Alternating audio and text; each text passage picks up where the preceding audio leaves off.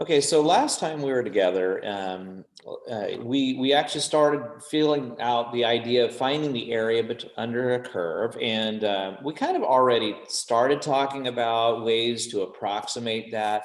And kind of bad news, good news. This is going to have a little bit of a tedious feel, but then good news, we're going to be able to come up with a much faster way to solve it. But this method, although we won't use it that much going forward, it turns out to be an extremely important way to solve problems, because frequently the other way that I'm going to teach you to do that is not really available. It will work in some cases, but not all cases, because not everything will be able to be done the way that I'm going to teach you down the way. So this method that I'm going to go over today is really a critical way, and I'm going to kind of show you how you could set that up, and eventually I'll give you a computer program that can help you execute that very quickly, but you do have to understand how to do that. That's just kind of part of the curriculum of calculus. And it's going to be called Riemann Sums, which is named after that guy that I mentioned last time called Bernard Riemann. So let's go ahead and take a look at the problem that we are checking out today. So what we're going to do is we're going to use a right side Riemann sum, a left side, a midpoint, and a trapezoidal area to approximate the area under this curve from 1 to 4. So please understand we're talking about the region from here to here, a total width of 3 units. And we want to use 6 rectangles, which usually are actually referred to as partitions.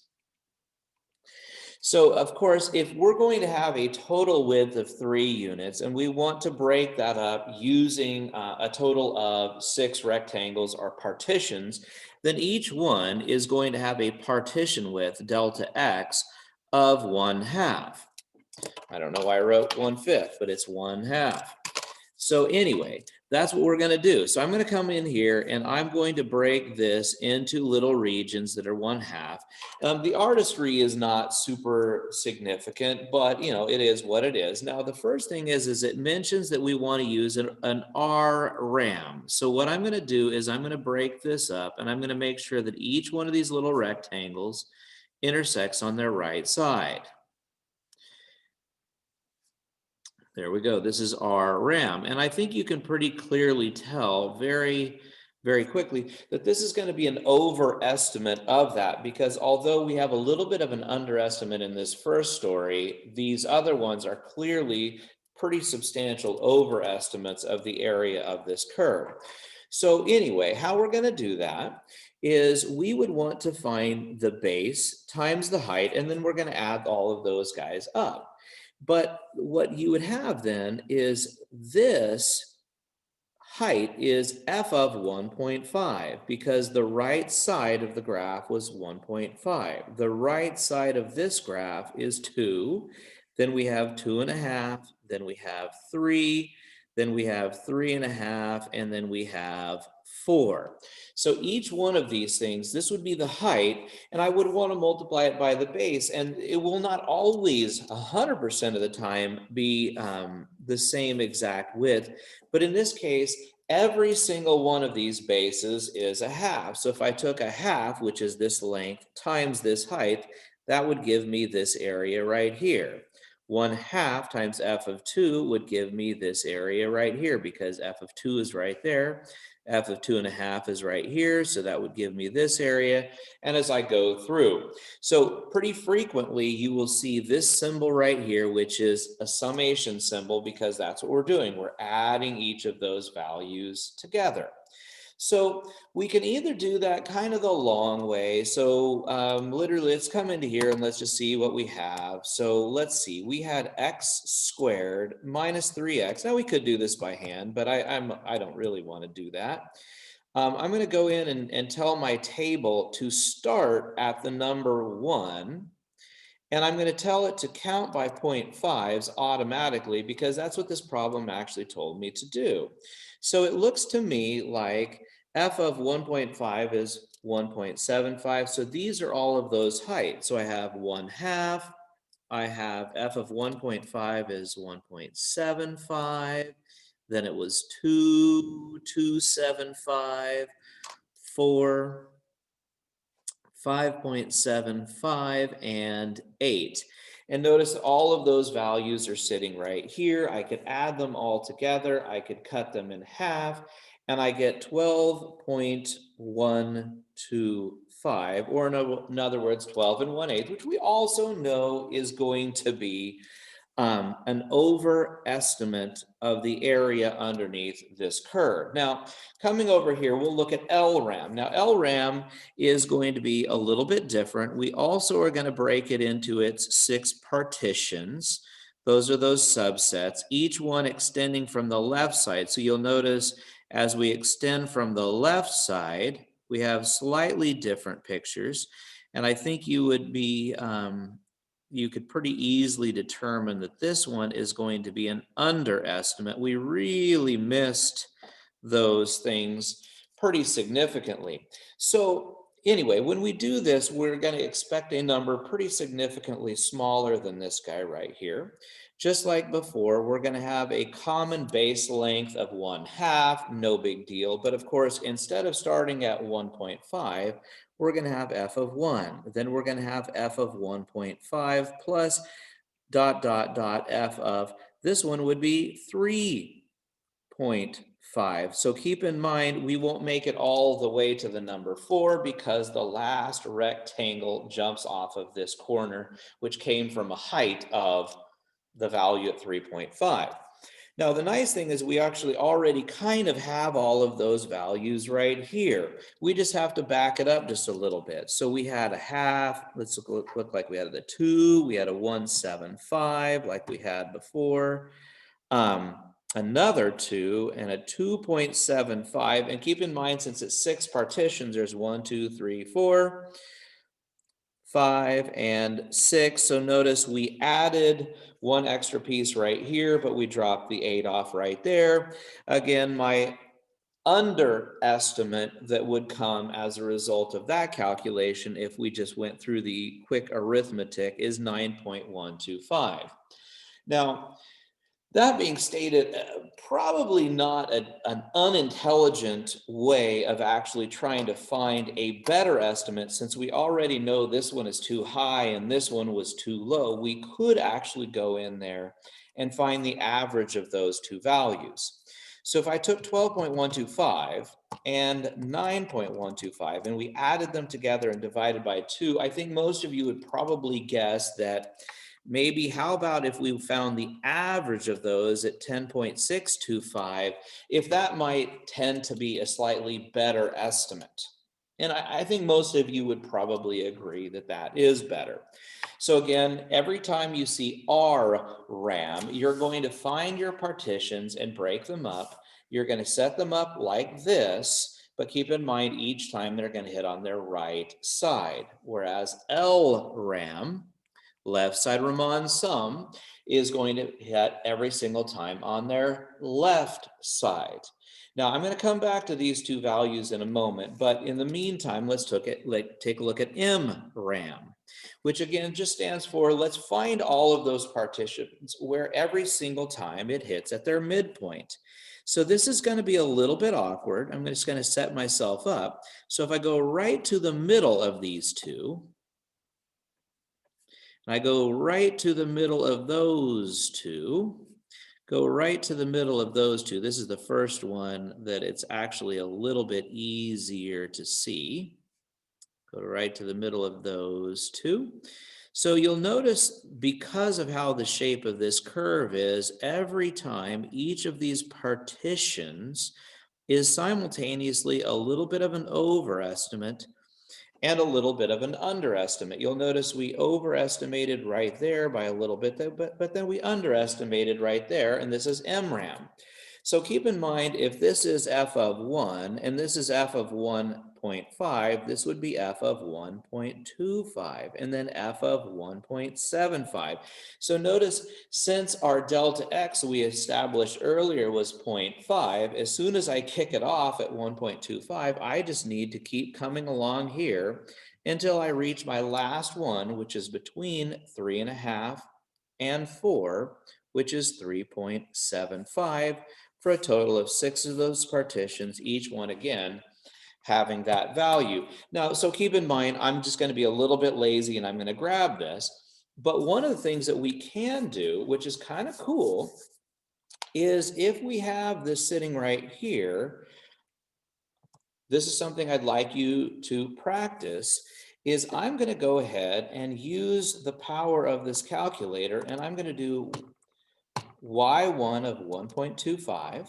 So now it's going to go grab that, plus y1 of 1.75,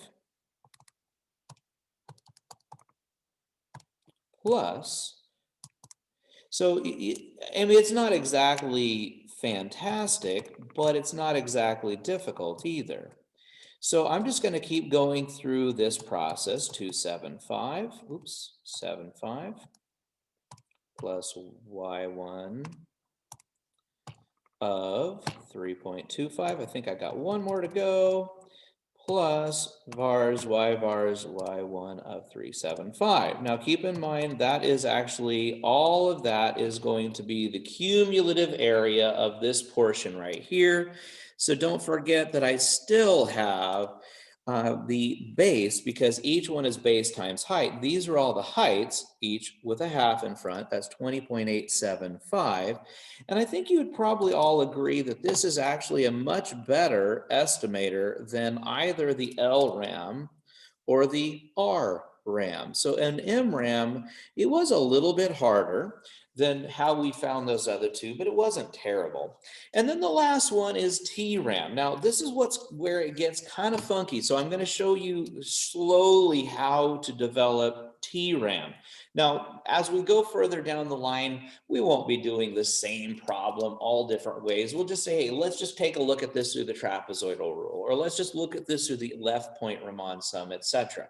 So we won't be doing all of the above. And frequently on these problems, you won't do quite as many partitions as 6, but I wanted you to see how that plays out. So what's going to happen in the trapezoidal rule is you go up on the left side and the right side on every single one of these things. And we're going to make each of these, instead of rectangles, we're going to make each of these things trapezoids. And of course, trapezoids look a little bit different than rectangles in that they don't go straight across the top. They're going to come along like this. Now, in this case, if I throw in my trapezoid, which is just trying to connect the dots with a nice straight line, you can see how good this estimator is, because you almost can't tell the difference between the top of the curve and the trapezoid. But based on the fact that this is concave up, if you were really, really critical, every one of these lines, since the curve is coming this way, is going to be a little over. So this is going to be an overestimate. And it's going to be an overestimate because of the fact that this is a concave up. In a concave down, it would be an underestimate. So let's take a look at what happens. Now, in a trapezoid, if you recall, that's base 1 plus base 2 divided by 2 times the height. So what happens when you do base 1 plus base 2 times the height, the base 1s and the base 2s are these parallel guys right here. The height would be the part that connects those two parallels. So every single time, my height is going to be that partition width, which is 1/2. So I'm going to throw that 1/2 in front, and I should have a total of 6 trapezoids. So here's what's going to happen. I'm going to have f of 1 plus f of 1.5, and then I'm going to divide that by 2. Then I'm going to have f of 1.5 plus f of 2, also divided by 2. And I'm going to go down the line through that all the way until I reach my last one, which is f of 3.5 plus f of 4 divided by 2. Now that looks like a lot, but what's kind of interesting that I would like to make sure that you guys very, very, very clearly see is that right here, notice we have half of f of 1, but we also have f of 1.5, but we have another half of f of 1.5. Then we're going to have half of f2, and then half of another f2. So what actually happens very naturally in trapezoid rule is your first one gets cut in half. You can see that right here, but you get a half of 1.5, another half of 1.5, which is all of 1.5. Then you get half of f of 2 and then another half of f of 2 over here.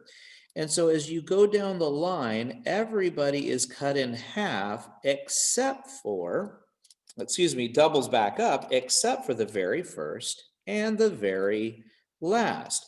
And this generates a trapezoid. So that's kind of interesting how that plays out. So we've already looked at this.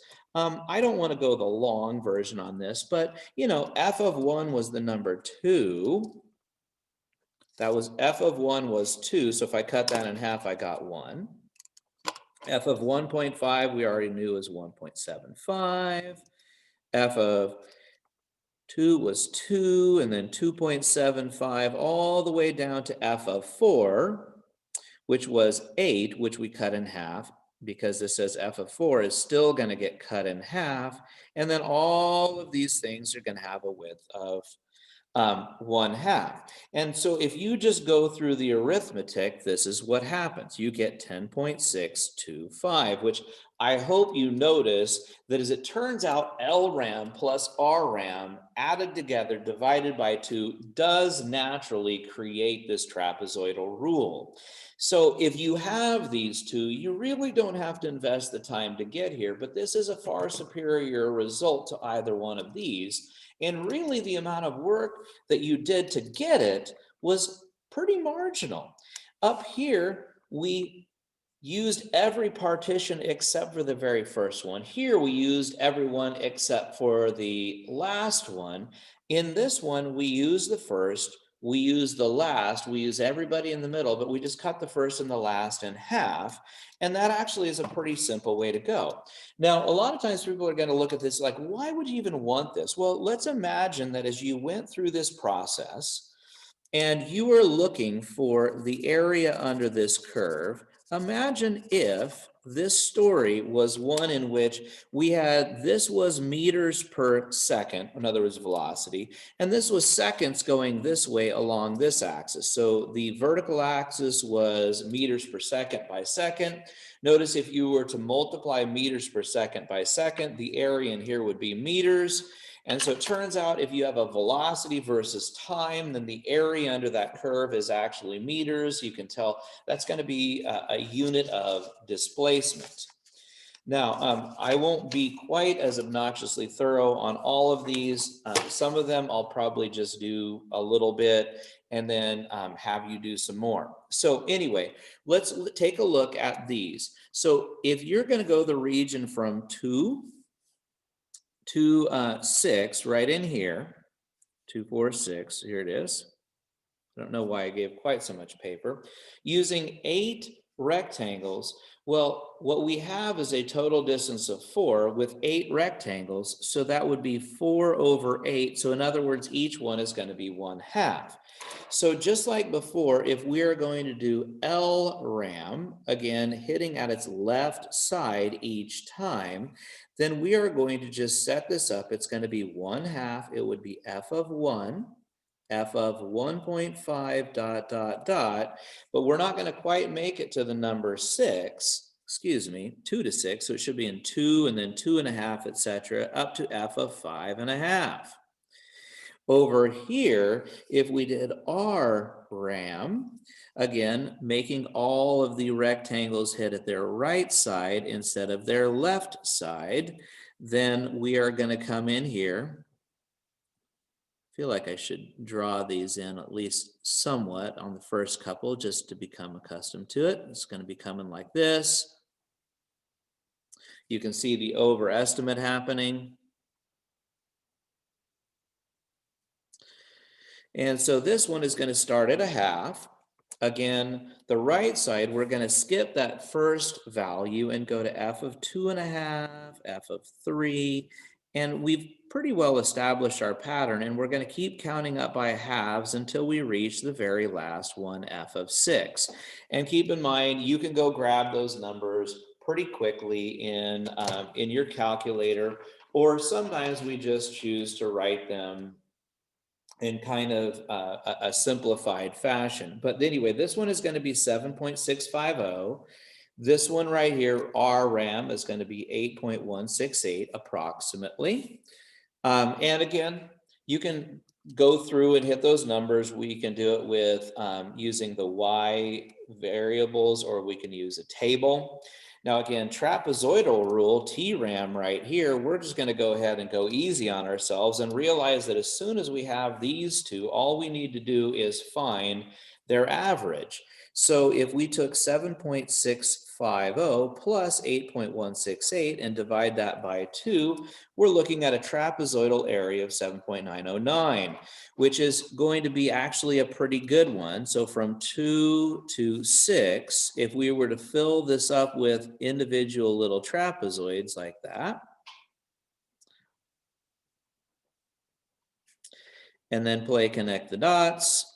Notice my 1, 2, 3, 4, 5, 6, 7, 8 little pieces. When I play connect the dots, trapezoids are favored because as long as the curve doesn't have too much sharpness to it, those lines make a phenomenally good approximation of the curve. And of course, then Mram is a little bit irritating because it's the one that kind of hits at the middle. So, when we come in here and we try to make this rectangle, it's going to hit like this.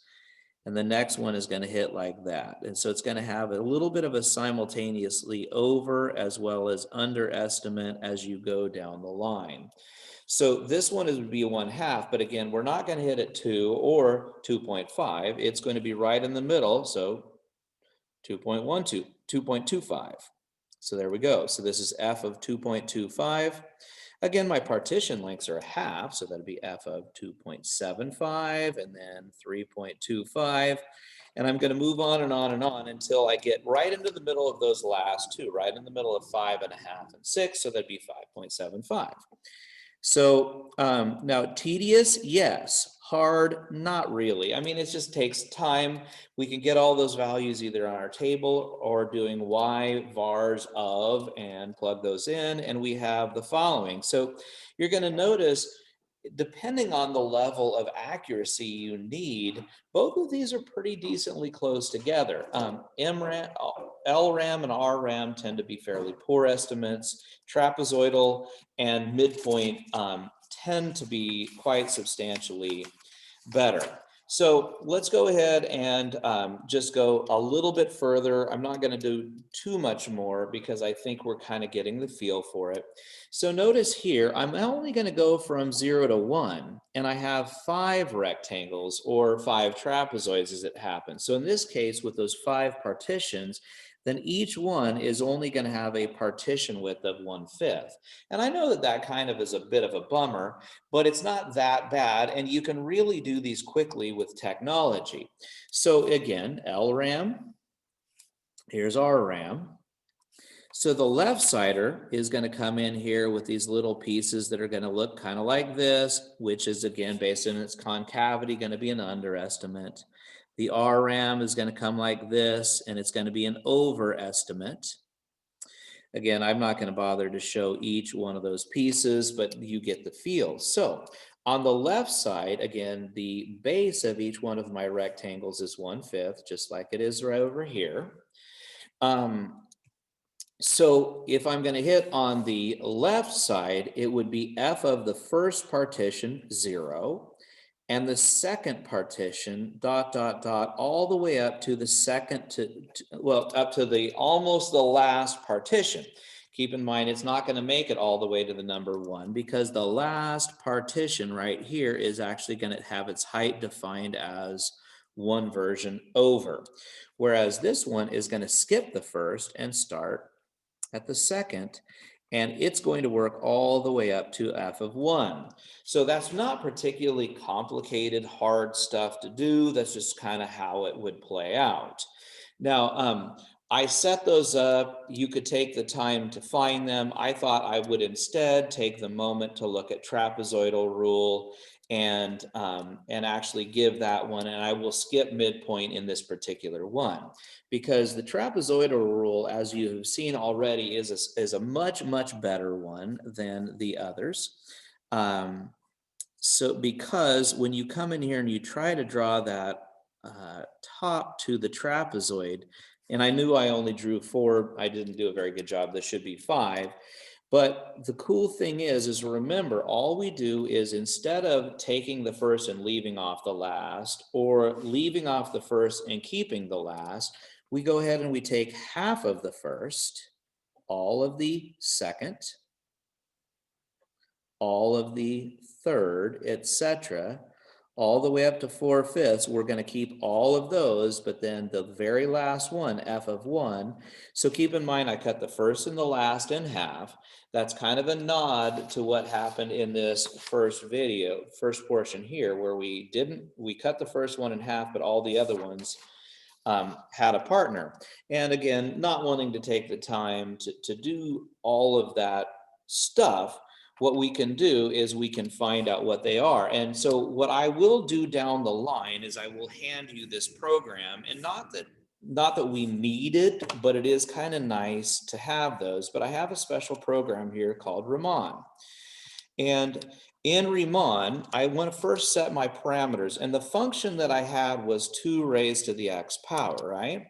And my lower bound was 0 and 1, and I had a total of 5 partitions. And what we're going to do right now is we're going to ask the calculator to come up with that trapezoidal sum, number 5.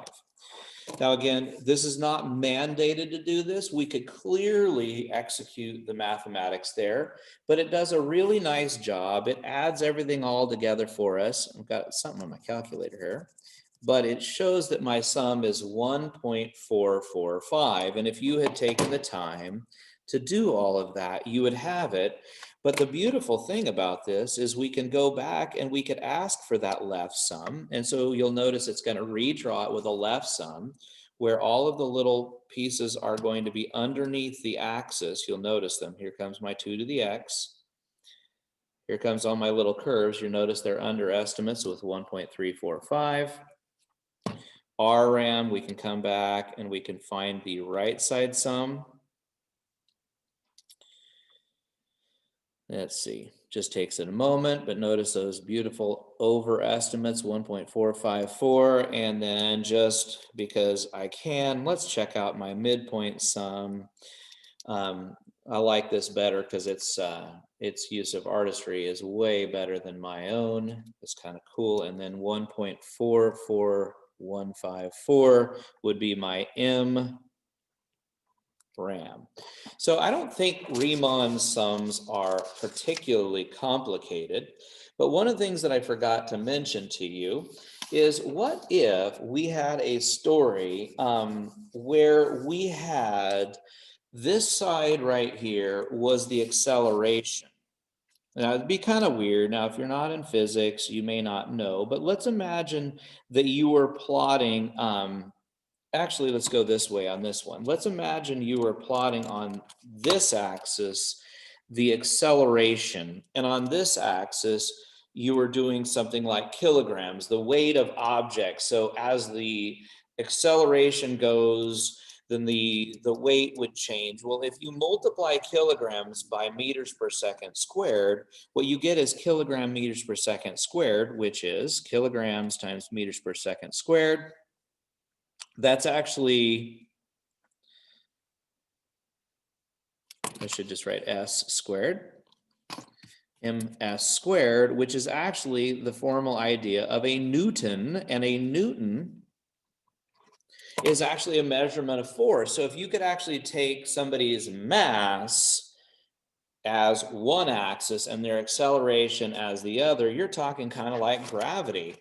And so if you add all that, that would be the total force that would be there. And that's kind of an important little thing, because that's kind of how gravitational forces work. Now, not to beat this up, and I again don't think I would want to do all of these, but I thought I would just set some of them up, and notice that we don't really have to have a picture to execute these. So notice if I go from 0 to pi with 8, then each one of those things is going to be pi over 8, and for those 8 partitions. So if we're going to do Lram, we would know that every base is going to be pi over 8. We would have f of 0, f of pi over 8, because I moved over that far, f of 2 pi over 8.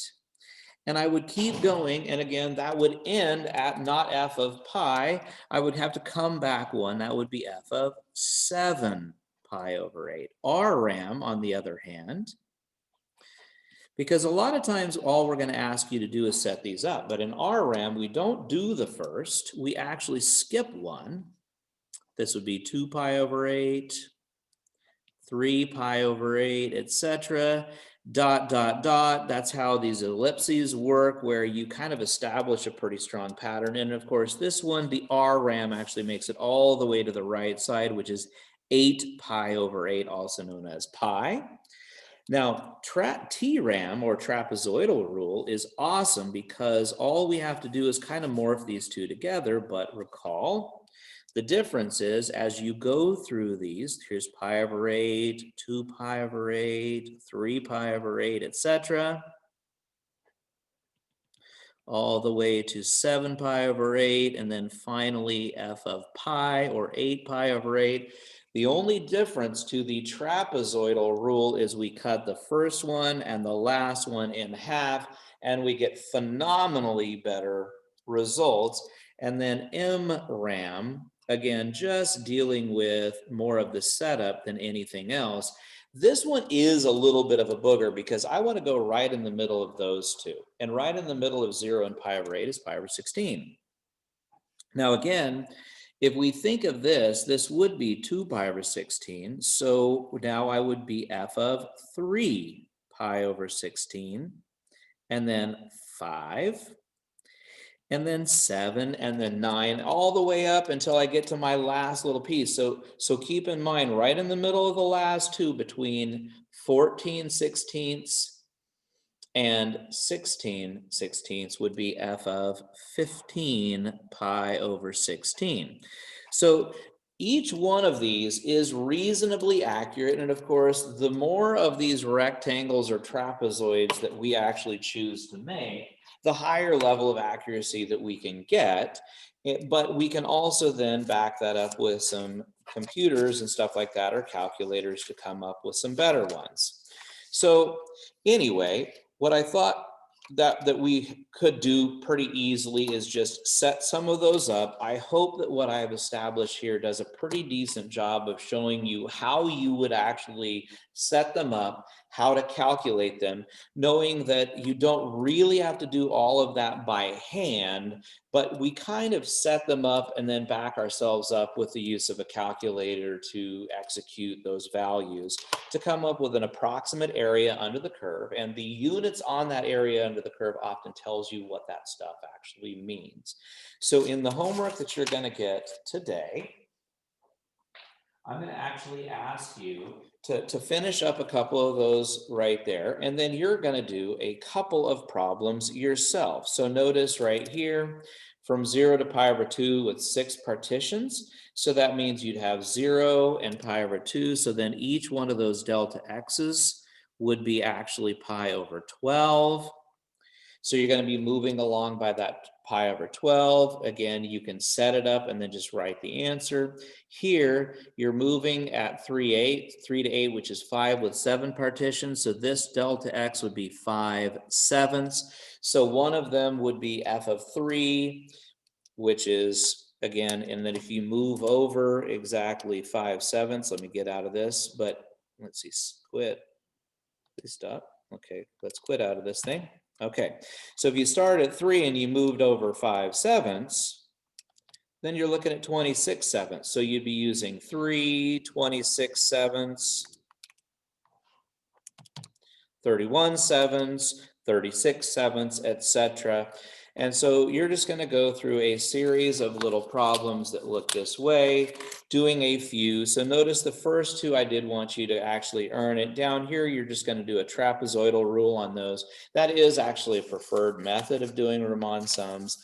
And on the back side, right here, it's just a little teeny bit different because on these two, rather than actually using an equation, what happens quite frequently is you have data. And I know those of you guys in NASA know that when you go and you find the pH in the stream and all that stuff, oftentimes you don't have access to the actual equation that generates it. You just have data.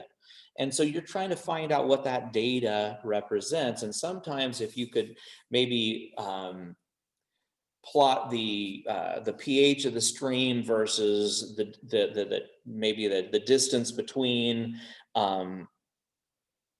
the beginning of the stream and something else, maybe that the units of that would tell you something meaningful about what's actually happening in that real life situation. So sometimes we have equations, other times we have data. Over here, you're going to notice you don't even have either one. You just have a curve, and you're going to have to kind of estimate what you have. And so right here, using it, you're going to do this. And basically, you're just going to sketch it out and tell me which one is under, what's over, and what do you think is actually probably ultimately the best between Rram, Lram, and Mram. But I think you probably already know what's the best on that. You don't have to calculate this one. Down here, you do have a little bit of work to do.